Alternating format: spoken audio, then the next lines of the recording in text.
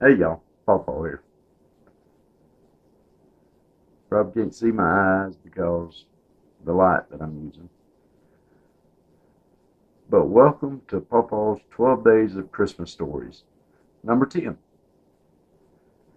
Today we're going to do The Polar Express by Chris Van Allsburg. I don't have it in a book. I had to look it up on my phone, so I'll be reading it from there. So let's begin, shall we? On Christmas Eve, many years ago, I lay quietly in my bed. I did not rustle the sheets. I breathed slowly and silently. I was listening for a sound a friend had told me I'd never hear, the ringing of bells of Santa's sleigh. There is no Santa, my friend had insisted, but I knew he was wrong. Late that night, I did hear sounds, though not of ringing bells. From outside came the sound of hissing steam and squeaking metal. I looked through my window and saw a train standing perfectly still in front of my house. It was wrapped in an apron of steam. Snowflakes fell lightly around it. A conductor stood at the open door of one of the cars. He took a large pocket watch from his vest. Then he looked up at my window. I put on my slippers and robe. I tiptoed downstairs and out the door. All aboard? The conductor cried out. I ran up to him. Well, he said, are you coming? Where? I asked. Why, to the North Pole, of course, was his answer. This is the Polar Express.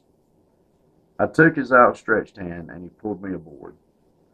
The train was filled with other children, all in their pajamas and nightgowns. We sang Christmas carols, ate candies with nougat centers as white as snow. We drank hot cocoa as thick and rich as melted chocolate bars. Outside, the lights of towns and villages flickered in the distance as the Polar Express raced northward. Soon there were no more lights to be seen. We traveled through cold, dark forests where lean wolves roamed and white-tailed rabbits hid from our train as it thundered through the quiet wilderness. We climbed mountains so high it seemed as if we could scrape the moon, but the Polar Express never slowed down. Faster and faster we ran along, rolling over peaks and through valleys like a car on a roller coaster. The mountains turned into hills, the hills to snow-covered plains. We crossed a barren desert of ice, the great polar ice cap. Lights appeared in the distance. They looked like the lights of a strange ocean liner sailing on a frozen sea. There, said the conductor, is the North Pole. The North Pole, it was a huge city standing alone at the top of the world, filled with factories, where every Christmas toy was made. At first we saw no elves. They are gathering at the center of the city, the conductor told us. That is where Santa would give his first gift of Christmas. Who receives the first gift? We all asked. He will choose one of you. Look, shouted one of the children, the elves. Outside we saw hundreds of elves as our train drew closer to the center of the North Pole. We slowed to a crawl. So crowded were the streets with Santa's helpers. When the Polar Express could go no further, we stopped and the conductor led us outside. We pressed through the crowd to the edge of a large open circle. In front of us stood Santa's sleigh. The reindeer were excited. They pranced and paced, ringing the silver sleigh bells that hung from their harnesses. It was a magical sound like nothing I'd ever heard. Across the circle, the elves moved apart, and Santa Claus appeared. The elves cheered wildly. He marched over to us and pointed to me, said, let's have this fellow here. He jumped into his sleigh, and the conductor handed me up. I sat on Santa's knee, and he asked, now what would you like for Christmas?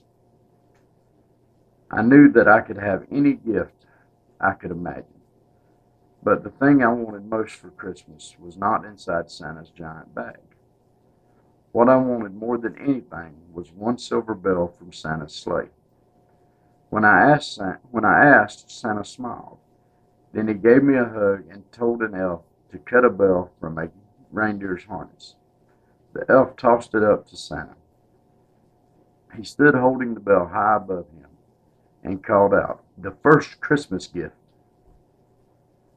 A clock struck midnight as the elves roared their approval. Santa handed the bell to me, and I put it in my bathrobe pocket.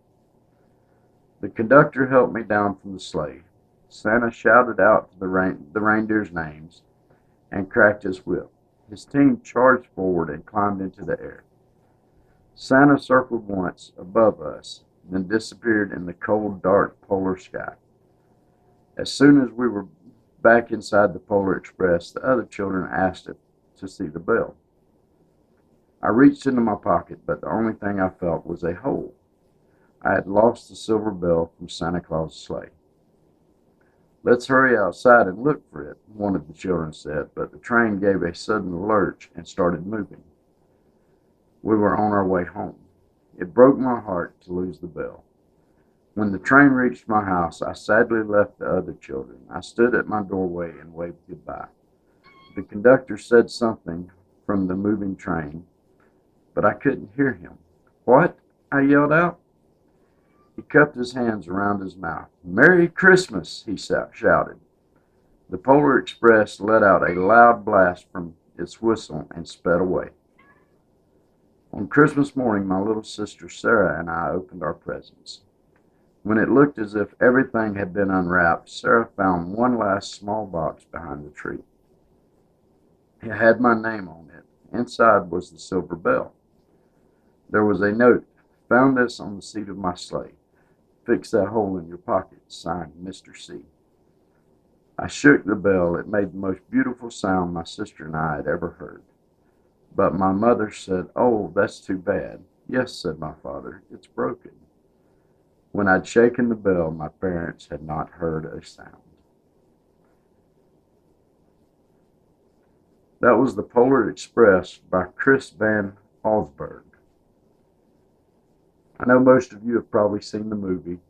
The movie is way longer than the story is, but the meaning is the same. I hope y'all have enjoyed the story. So that was Pawpaw's 12 Days of Christmas, number 10. Join us tomorrow for number 11. Until then, y'all have a good one, and we'll see you next time.